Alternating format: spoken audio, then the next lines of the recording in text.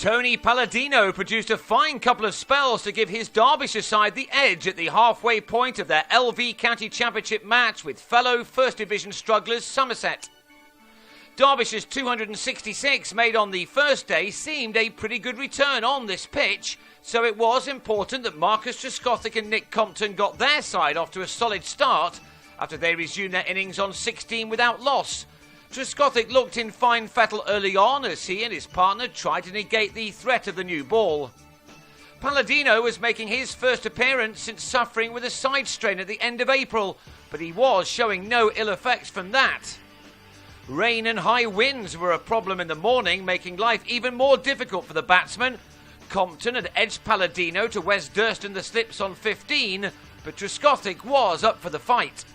There was another break in play when the wind strengthened enough to knock over the sight screen at the racecourse end of this ground, while Trescothick, who's been blowing a little hot and cold himself this summer, moved to a good 50 with this shot.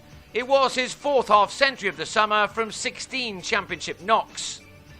He'd put his side into a good position on 101 for 1, but in the over after reaching his half-century, Trescothick was taken by John Clare off the bowling of Tim Groenewald.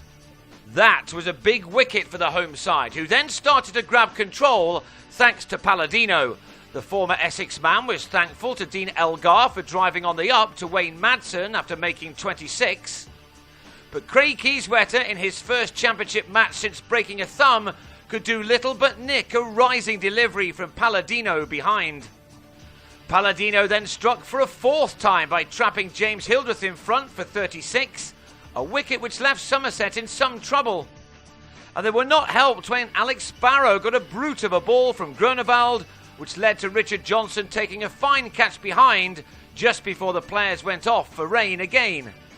They returned after 6 o'clock on 166 for 6, with Somerset trailing by exactly 100 runs, and a further 14 were added by Peter Trigo and Craig Mishada, although Trigo was dropped before more rain brought an early close. So that leaves Somerset to return on day 3 on 180 for 6, trailing by 86 runs. Palladino will be hoping to add to his figures of 4 for 75.